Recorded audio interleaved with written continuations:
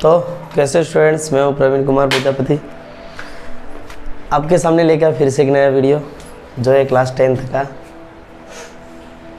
और चैप्टर 5 समांतर श्रेणियाँ प्रश्नावली 5.3 का क्वेश्चन नंबर 11 हम लोग सॉल्व करने जा रहे हैं।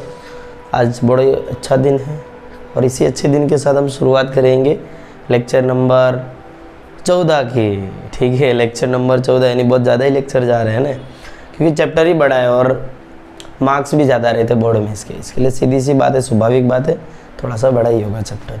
ठीक है, तो हम लोग क्वेश्चन 11वां सॉल्व करते हैं और हेक्टिक क्वेश्चन है, थोड़ा समझने वाला क्वेश्चन है, बहुत अच्छे में अच्छा क्वेश्चन मैं कहूँ इस चैप्टर का, तो इसमें भी इसका नाम हम जोड़ सकते हैं। ठीक है, तो क्या है क्वेश्चन में ध्यान देंगे।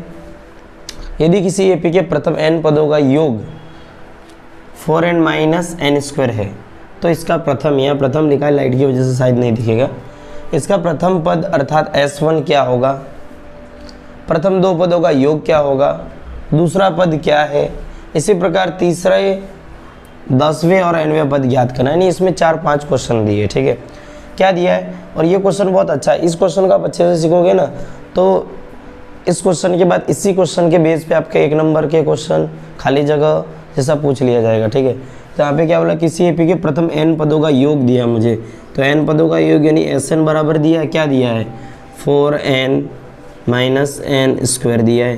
ठीक है, तो इसका प्रथम पद अर्थात S1 क्या होगा। देखो मुझे प्रथम पद चाहिए, मान लीजिए मैं अकेला खड़ा हूँ प्रथम पद और बोले एक पद का योग ज्ञात करो, तो एक पद का और प्रथम पद वही हो जाएगा ना। मैं बोलूँ 2 पद का योग ज्ञात करना है, जैसे 2 व्यक्तियों का वजन ज्ञात करना है, जैसे मेरा वजन है मान लीजिए 70 किलो, कोई दूसरा व्यक्ति खड़ा है जिसका वजन है 30 किलो, तो दोनों का वजन कितना हो जाएगा 100 हो जाएगा। लेकिन बोले एक ही व्यक्ति का वजन का योग ज्ञात करना है, तो मैं किस में जोड़ूंगा, किसी में नहीं जोड़ूंगा, तो मेरा जो S1 हो जाएगा यानी पहले पद का योग, या मैं कहूँ पहला पद भी A1 और S1 दोनों बराबर हो जाएंगे। देखो कैसे, यानी n बराबर, माना मैं n बराबर 1 रखता हूँ, माना n बराबर 1 रख दिया मैंने। ठीक है, तो क्या हो जाएगा S1 बराबर 4 और इधर 1 माइनस 1 का यहाँ हो जाएगा स्क्वायर। ठीक है, 4 एकम 4 माइनस 1 का स्क्वायर क्या हो जाएगा 1, 4 में से घटेगा आंसर आएगा 3, यानी S1 क्या आ जाएगा 3, और यही हमारा A1 भी होगा, यही हमारा क्या होगा S1 बराबर A1 हो जाएगा, क्योंकि प्रथम पद का योग कहे या प्रथम पद के दोनों बराबर ही हो जाएंगे, क्योंकि प्रथम पद को किसी में जोड़ना ही नहीं है, इसके लिए S1 भी इसको कहेंगे और A1 भी हमारा क्या हो जाएगा 3 ही हो जाएगा। ठीक है, अच्छा अब आगे क्या दिया है, यहाँ पे पहला क्वेश्चन मैंने सॉल्व कर दिया है, तो इसका प्रथम पद S1 क्या है अर्थात S1 यानी A1 और S1 दोनों बराबर। प्रथम 2 पदों का योग ज्ञात करना है, 2 पदों का योग ज्ञात करना मुझे। अब 2 पदों का योग मतलब यहाँ पर यही फॉर्मूला लगाऊंगा, इसी में दूसरा क्वेश्चन क्या दिया 2 पदों का योग, क्या 2 पदों का योग कैसे करेंगे, 2 पदों का योग, बस इधर n बराबर 2 लिख देंगे तो 2 पदों का योग मिल जाएगा। तो क्या हो जाएगा s, इधर आ जाएगा 2 और इधर क्या आ जाएगा 4, इधर भी आ जाएगा 2 माइनस 2 का स्क्वायर हो जाएगा। ठीक है, 4 दूनी 8 माइनस ये क्या हो जाएगा 2 का स्क्वायर यानी 4 हो जाएगा, 8 में से 4 कटेगा आंसर आएगा 4, यानी S2 बराबर क्या आया 4। मतलब 2 पदों का योग अर्थात क्या हुआ, अगर मैं ऐसा लिखूं 2 पदों का योग अर्थात हम ऐसा भी लिख सकते हैं ना, क्या पहला पद प्लस दूसरा पद बराबर दोनों पदों का योग, जो हमारा आया है 4 आया है, बराबर मैं लिखूँ S2 लिख सकता हूँ। अगर मैं यहाँ पे 4 लिखूँ तो प्रथम पद मेरे पास क्या आया था 3 आया था, तो प्लस मेरे पास मान लो द्वितीय पद नहीं है तो मैं निकाल ही सकता हूँ ना, तो A2 बराबर क्या हो जाएगा 4 माइनस 3 हो जाएगा, 3 उधर चला जाएगा और दूसरा पद मुझे क्या मिल जाएगा यहाँ पर 1 मिल जाएगा। देखो दूसरा पद भी मिल गया इससे। ठीक है, अब क्या बोला है प्रथम 2 पदों का योग, तो प्रथम 2 पदों का योग मेरा मिल गया। ठीक है, ये मैंने क्यों निकाला, इसका काम पड़ेगा अभी। ठीक है, अच्छा दूसरा पद क्या है, तो दूसरा पद ये रहा, अगला बोला है दूसरा पद क्या है, बस खत्म, ये रहा दूसरा पद, निकाल दिया। अच्छा इसी प्रकार तीसरे 10वें और 9वें पद ज्ञात करने, क्या ज्ञात करने, तीसरा भी ज्ञात करना, 10वां भी ज्ञात करना और 9वां भी ज्ञात करना। अच्छा देखो मेरे पास प्रथम पद है क्या, अगर मैं यहाँ पे लिखूँ मेरे लिए प्रथम पद A1 यानी A में लिखूँ तो क्या है मेरे पास 3 है, अच्छा, अगर सारवंतर डी मुझे निकालना तो क्या करना पड़ेगा, a2 माइनस a1 करना पड़ेगा। a2 की वैल्यू 1 है, माइनस a1 की वैल्यू क्या हो जाएगी, 3 हो जाएगी। 1 में से 3 घटेगा, आंसर आएगा -2, ठीक है, -2 आ जाएगा, 1 में से 3 घट जाएगा, ठीक है। तो यहाँ पर क्या आया, डी की वैल्यू बराबर, मेरे पास a मिल गया और d मिल गया। अच्छा, तो यहाँ पे क्या बोला है मुझे, यहाँ पर तीसरा पद क्या हुआ, कलर में नहीं दिख रहा है, बरोबर है, दिख तो रहा है। अच्छा, ये नीचे नहीं दिख रहा है, ठीक है, कोई बात नहीं। तो यहाँ पे d बराबर हो जाएगा -2, ठीक है। अच्छा, अब यूँ देखो कि यहाँ पर पूछा है तीसरा, 10वां और nवें पद ज्ञात करने हैं। यहाँ पे देखो तीसरा पद भी ज्ञात करना है। तीसरा पद यानी n बराबर 3 लेकर an का सूत्र निकालना है। an बराबर a प्लस ब्रैकेट में n माइनस 1 इंटू डी। अच्छा, n की वैल्यू 3 रख देंगे यानी a3 मिल जाएगा। a की वैल्यू क्या है, देखो a का मान कितना है, 3 आ जाएगा, प्लस यहाँ पर 3 माइनस 1 क्योंकि तीसरा पद ज्ञात करना है, और d का मान क्या है, देखो -2 है, ठीक है। 3 प्लस 3 में से 1 जाएगा 2 और गुणे में -2 है ही है मेरे पास।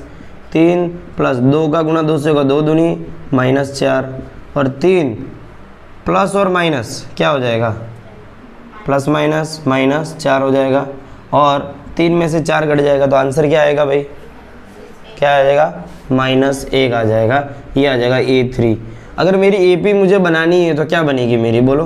प्रथम पद कहाँ गया, प्रथम पद 3, द्वितीय पद 1, तृतीय पद -1, ऐसा चलता जाएगा, ठीक है। अब ये मैंने खाली बना के आपको दिए, ये इसमें पूछी नहीं है, खाली बना के दे दिए मैंने। अच्छा, अब क्या बोला, 10वां पद ज्ञात करना है, तो कितना ईजी है, 10वां और nवें पद तो ज्ञात करने आगे। चलो 10वें पद के लिए 10वां पद, तो 10वें पद में क्या करेंगे, an, अच्छा यहाँ का यहाँ लिख देते हैं, वहाँ दिखेगा नहीं,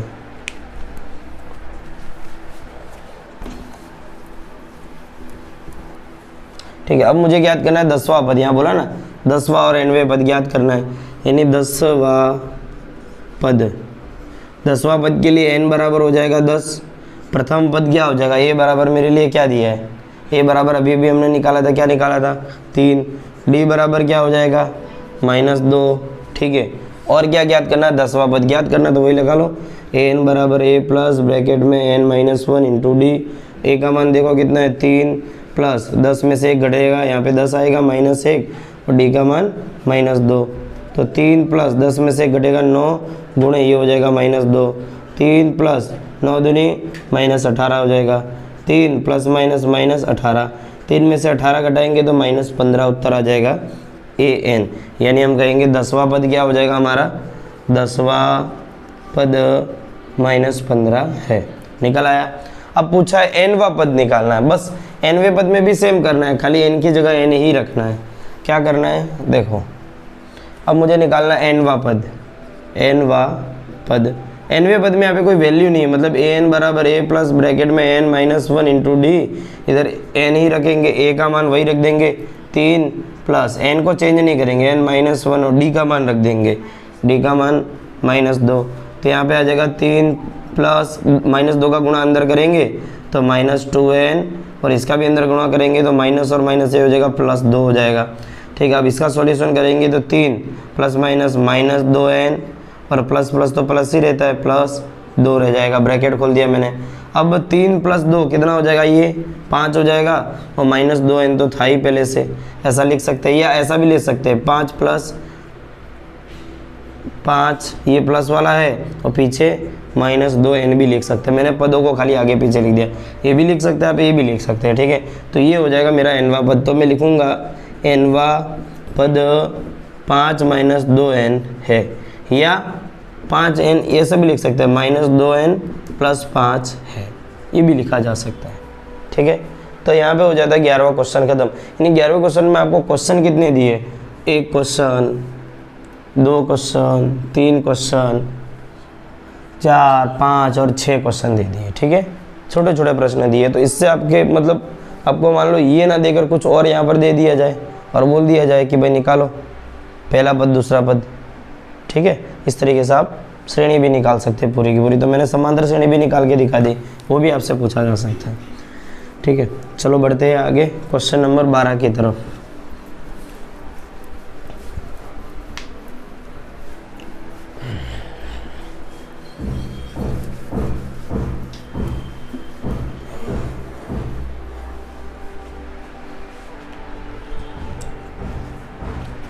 अच्छा 12वां क्वेश्चन क्या दिया है, क्वेश्चन नंबर 12 प्रश्नावली 5.3 का 12वां, ऐसे प्रथम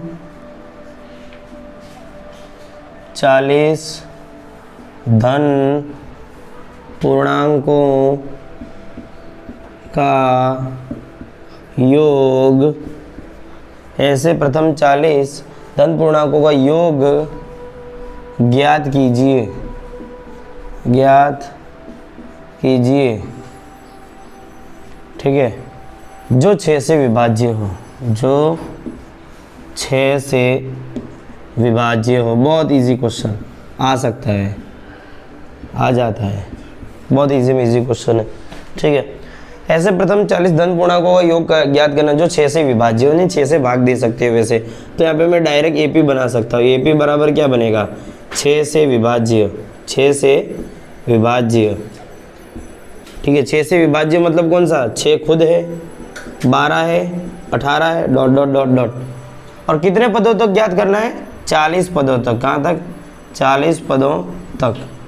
ठीक है, तो यहाँ पे मेरे लिए प्रथम पद ए बराबर क्या हो जाएगा भाई, 6। डी बराबर क्या हो जाएगा, 12 में से 6 घटाओ तो फिर से 6। ठीक है, अच्छा एन बराबर क्या हो जाएगा, 40। बस उनका मुझे योगफल ज्ञात करना है। ठीक है, तो यहाँ पे सूत्र क्या बनेगा, एस एन बराबर n/2 बड़ा कोष्टक 2a plus n-1 into d बड़ा कोष्टक बंद। एस जब 40 पदों तक योग ज्ञात करना है, यहाँ पे 40 भी लिख सकते, नहीं लिखो तो भी चले, लेकिन यहाँ 40 लिखना जरूरी है। 40/2 2, और इधर क्या आ जाएगा 6 प्लस इधर क्या आ जाएगा 40 -1 और डी की वैल्यू 6 बड़ा कोष्टक बंद।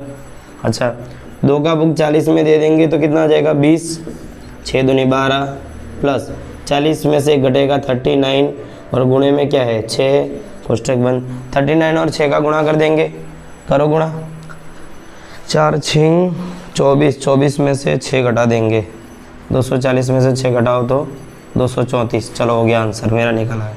इन दोनों का गुणा करो 234 आएगा। ठीक है, 20 12 प्लस 234 यही आएगा, 4 6 24 240। ओके हाँ यही आया बस। चलो अब आगे करते हैं, एस 40 यानी 40 पदों का योग। ये S40 ना लिखा, SN भी कुछ लोग लिखते वो भी चल जाता। ठीक है, लेकिन हमको आंसर अंदर का लाना। 20 गुणे इधर क्या है 12 प्लस 234। ठीक है, 234 में 12 जोड़ दो, कितना आया बोलो, 246 आ जाएगा। ओके, अब 20 का इसमें गुणा कर दो। 20 का नहीं हमको करना 2 का ही गुणा है। ठीक है, पीछे 0 लगा देना। ठीक है, 6 दूनी 12 के 2 80 1 4 दूनी 8 और 1 9 2 दूनी 4, ये हो जाएगा 4920। ये SN बराबर। लास्ट में हमको क्या लिखना है, ऐसे प्रथम 40 धन पूर्णांकों का योग ज्ञात कीजिए जो 6 से विभाज्य। तो हम लिखेंगे 6 से विभाज्य 40 धन पूर्णांकों का योग कितना मिला हमें, 4920 प्राप्त होता है, या हम लिखेंगे हैं। ठीक है, खत्म हो जाता 12वां क्वेश्चन। ठीक है, चलो बढ़ते हैं अगले क्वेश्चन की ओर। Question number 13। जल्दी से जल्दी स्क्रीनशॉट भी ले लेना है, संभाल के रखना है, लिख कर रखना है। नहीं तो वो साथ साथ में लिखते रहो, सबसे बढ़िया इलाज है। गणित को याद नहीं रख सकते, प्रैक्टिस तो करनी ही पड़ेगी। सोते सोते गणित नहीं पढ़ पाते बच्चे, बैठकर ही प्रैक्टिस करनी पड़ती है। ठीक है, 13वां क्वेश्चन, 8 के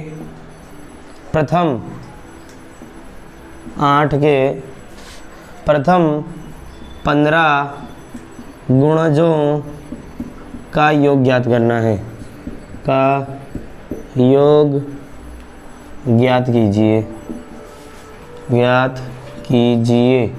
okay, well done, very good, बहुत अच्छा है। 8 के प्रथम 15 गुणजों का योग ज्ञात करना, फिर से वही वाला हो गया। गुणज मतलब क्या होता है, 8 का पाड़ा वाला। जैसे कि 8 के गुणज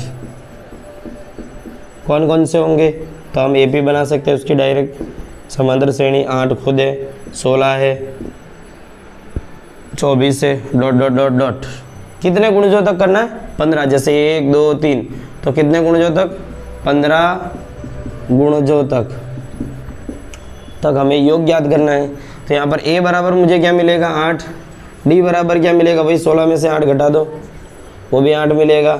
और एन बराबर क्या मिलेगा, 15। बस सेम टू सेम पिछला वाला, खाली इधर 6 था।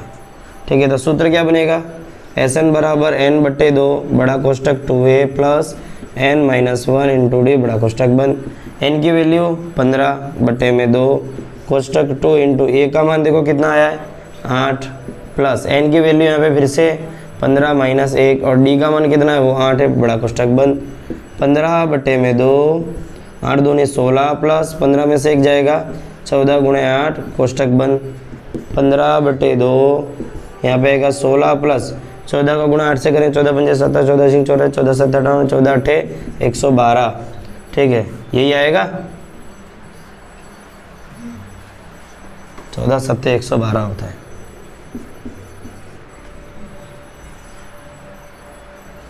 यही होता है पक्का, मेरे को 14 का पढ़ा नहीं आता है। हाँ गलत हो गया तो मैं नहीं जानता फिर।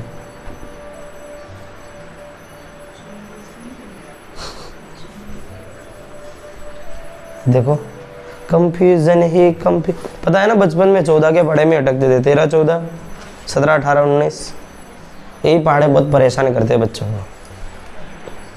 हाय राम, क्या होगा 10वीं वालों,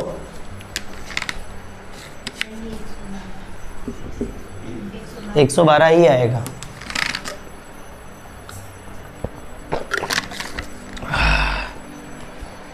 क्या माइंड है रे आप लोगों का, कितना अच्छा दिमाग है ना, 14 का पढ़ा बहुत अच्छे से आता है। गर्व है मुझे आप लोगों पर, गौरवान्वित कर दिया आप लोगों ने मुझे। इन दोनों का जोड़ दो, अब जोड़ तो आता है ना, 8 2 1 128 हो जाएगा। ठीक है, अब इनको सॉल्व करना है आगे। एस एन बराबर कोष्टक खोल देंगे तो क्या हो जाएगा 15 गुणे 128 भाग में 2 का भाग दे देते, पहले इसमें भाग 2 नहीं जा रहा था तो हम इसमें दे सकते हैं। 15 इसमें भाग दे देंगे तो 2 1 कम 2 2 छिंग 12 2 चौके 8, तो इधर आएगा 64 और 15 और 64 का गुणा कर देना हमें। ठीक है, 64 और 15 का गुणा कर देना है। 5 चौके 20 की जो 6 पंजे 30 और 2 32 गुणे 64 0 6 9 960 खत्म। ठीक है, तो 8 के प्रथम 15 गुणजों का योग, इसका आंसर में क्या लिखेंगे लास्ट में, यही वाली लाइन लिखनी रहती है। 8 के प्रथम 15 गुणजों का योग कितना प्राप्त होता है, 960 प्राप्त होता है। 916 we are checking the 916 okay। मेरे को आते अंग्रेजी, तुम क्या समझते, मेरे को अंग्रेजी नहीं आते हैं। एक जोक्स आया था ना, बोलते मॉनिटर को बोले कि मॉनिटर खड़े हो जाओ, मॉनिटर खड़ा हो गया। बोले भाई आज से तुम यहाँ के मॉनिटर हो, तो बोले प्रस्तावना पढ़ के सुनाओ, तुम क्या क्या वचन की पालना करोगे।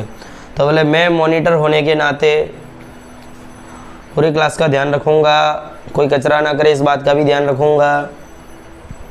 मैं मॉनिटर होने के नाते इस बात का ध्यान रखूँगा कि शिक्षक उपस्थित ना हो तो दूसरा शिक्षक मैं ही हूँ, ऐसा मेरे को माना जाएगा। तो तब तक टीचर ने बोला, इंग्लिश की मैडम बाजू बोले please talk to in English. क्या बोला, please talk to in English. तो वो बोलना मैं मॉनिटर होने के नाते इस बात का ध्यान रखूँगा कि जब हमारे क्लास में टीचर नहीं होंगे तो मैं ही टीचर होऊंगा। कितनी अच्छी इंग्लिश बोली भाई ने, अच्छी बोली ना, अंग्रेज ऐसी तो बोलते हैं भाषा। ठीक है, तो यही इंग्लिश है, हकीकत में तो यही इंग्लिश है यार। बाकी तो वो आइंग जोइंग बैटिंग करिंग वो सब इंग्लिश नहीं होती। ठीक है, चलो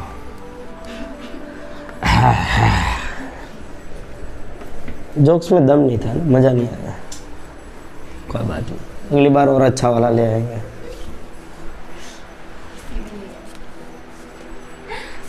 मैं मॉनिटर होने के नाते इस बात का ध्यान रखूँगा कि जब हमारी क्लास में टीचर उपस्थित नहीं होगा तो मैं ही उस क्लास का टीचर हूँ। 0 से 50 के बीच विषम, क्या ये बहुत अच्छे क्वेश्चन है भैया, आ जाते हो। विषम संख्याओं का योग ज्ञात करना है, विषम संख्याओं का योग ज्ञात करना है। विषम संख्याओं का योग ज्ञात कीजिए। अरे वाह वाह वाह, क्या बात है, क्या बात है गुरुजी।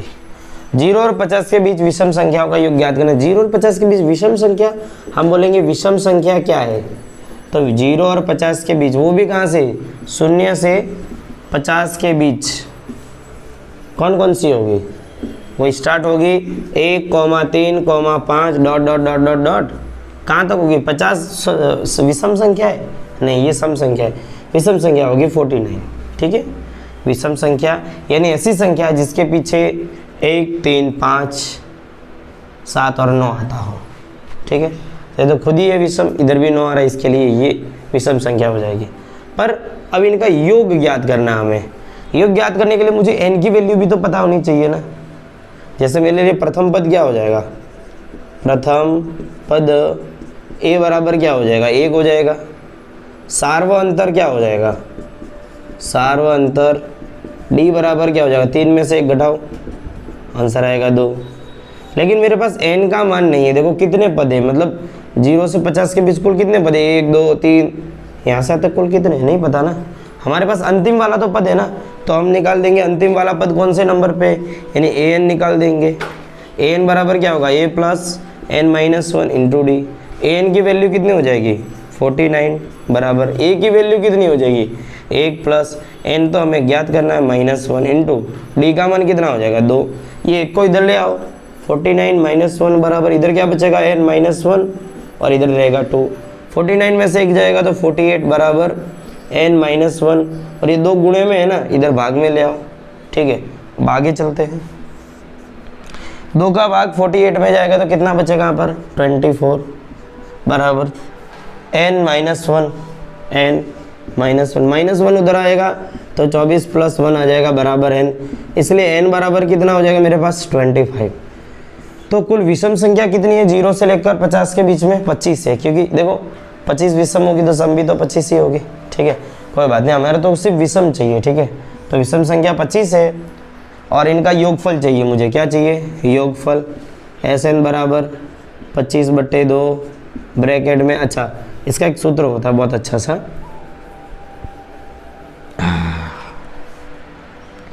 अजीब दास्तां है ये। अच्छा मैं डायरेक्ट नहीं लगा सकता इसको, हैं शुरू कहाँ कदम, हाँ Sn का सूत्र ये वाला भी आता है एकदम। Sn बराबर n/2 कोष्टक a प्लस l, ये भी मैंने बताया था आप लोगों को कैसे निकालना है।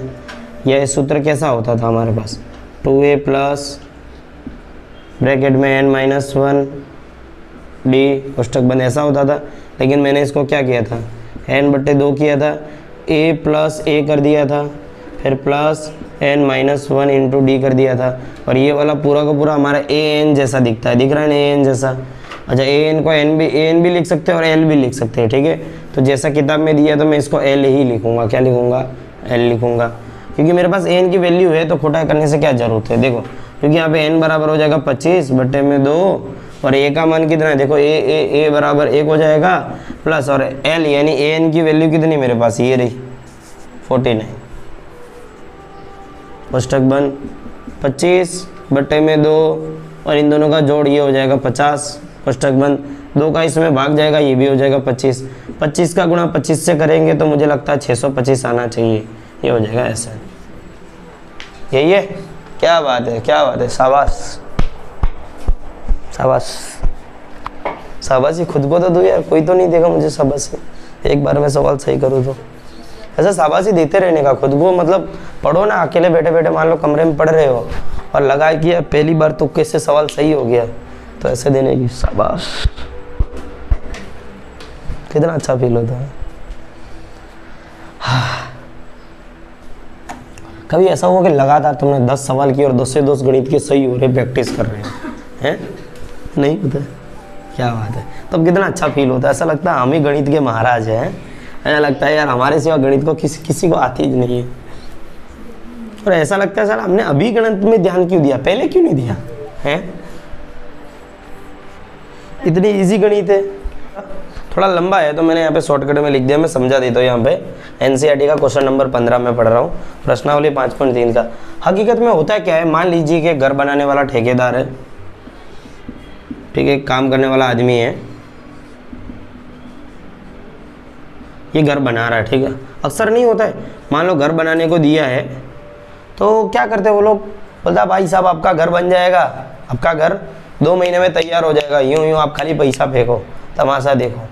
तो ये भाई क्या करता है, 2 महीने का बोलकर 3 महीने में कर देता है, ठीक है। कहीं इसका बाहर आने का हुआ, जाने का हुआ, तो जो पैसा देने वाला आदमी है ना, इस पर जुर्माना लगाएगा, ठीक है।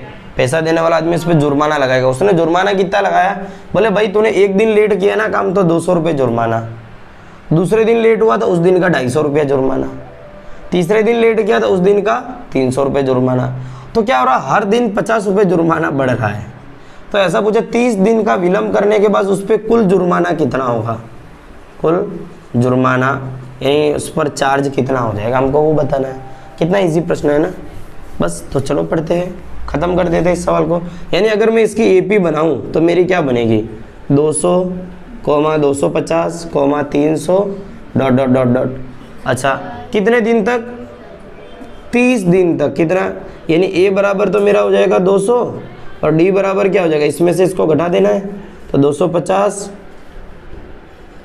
माइनस 200 इधर आ जाएगा 50 सिर्फ। डी बराबर सार्वंतर, ए बराबर मिल गया मुझे, और एन बराबर मेरा है 30, यानी 30 दिन तक कितना इस पे टोटल टैक्स लगेगा, मतलब टोटल इस पर जुर्माना लगेगा, फाइन भरना पड़ रहा है भाई को, ठीक है। तो योगफल याद कर लेते हैं, एस एन बराबर n/2 बड़ा कोष्टक 2a plus n-1 into d बड़ा कोष्टक बंद। n की वैल्यू कितनी हो जाएगी बोलो, 30 दिन, कितनी 30/2 कोष्टक यहाँ पे 2, और a का मान कितना हो जाएगा, देखो a बराबर हो जाएगा 200 प्लस n का वैल्यू फिर से 30 -1 और d का मान हो जाएगा कितना 50, कितना 50। बस अब इधर कैलकुलेशन कर देने, कितने इजी प्रश्न आते। 2 का भाग 30 में दे देंगे 15, 200 का गुणा 2 से ये हो जाएगा 400, और ये कितना हो जाएगा 29 गुणे, और ये कितना हो जाएगा 50, ये हो जाएगा 3 पंजे 15, 100 माइनस 50, 1450 आंसर आएगा। इन दोनों का गुणा करो 1450 आएगा, 1450 है, ठीक है। फिर मतलब मुझे गणित आ रही है। 400 प्लस ये हो जाएगा 1450, इन दोनों का गुणा कर दिया। अब इसको इसमें ऐड कर दो, जोड़ कर दो, चलो 400 इसमें जोड़ दो तो कितना आ जाएगा, इधर आ जाएगा 0, 5, 8 और 1, इन दोनों का मैंने जोड़ कर दिया, ठीक है। तो ये आएगा 1850। अब 1850 में 15 का गुणा कर देना, ठीक है। तो 0, 185 गुणे यहाँ कर देंगे हम 15, 55, 25, हासिल 2, 8 पंजे 40, 40 और 2, 42 के 2, हासिल 4, 5 एकम 5 और 4, 9 गुणे 185 हो जाएगा, 5, 7, 8 दूनी 16, 17 की 7 और हासिल 1, और इधर हो जाएगा 2 और ये 0, यानी आंसर हो जाएगा 27750। और बाप रे, ये भाई पे 27,750 का जुर्माना लग गया। देखो बोले भाई काम लेट मत करो, 30 दिन का इतना जुर्माना लग गया, इतना जुर्माना लगेगा। 30 दिन काम लेट करेगा ना तो इतना जुर्माना लगेगा 27,750।